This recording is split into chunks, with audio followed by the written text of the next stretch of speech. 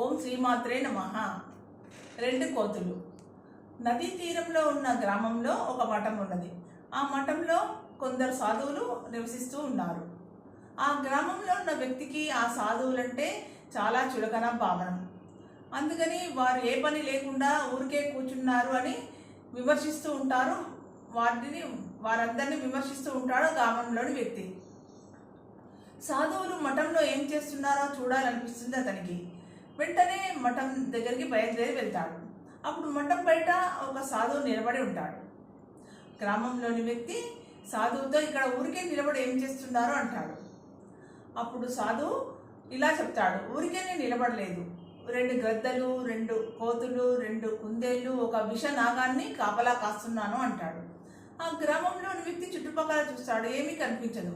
కోతులు కానీ, గద్దలు కానీ, కుందేళ్ళు, విషనాగం ఏమీ కనిపించడం లేదు, ఊరికే అంటున్నారు, ఇక్కడ ఏమీ లేదు కదా అంటాడు.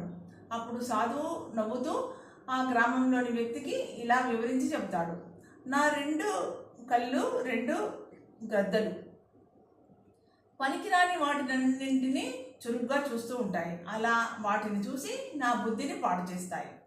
నా 2 చేతులు 2 కోతులు వేటిని పట్టుకుందామా అని అనవసరమైన పనులన్నీ చేస్తూ ఉంటాయి. నా 2 కాళ్ళు 2 కుందేళ్ళు గమ్యం లక్ష్యం లేకుండా గెంతుతూ పరిగెత్తుతూ ఉంటాయి. నా నాలుక ఉంది చూశావు, అది విషనాగము. అది ఎవరిని కాటేద్దామా అని సిద్ధంగా ఉంటుంది.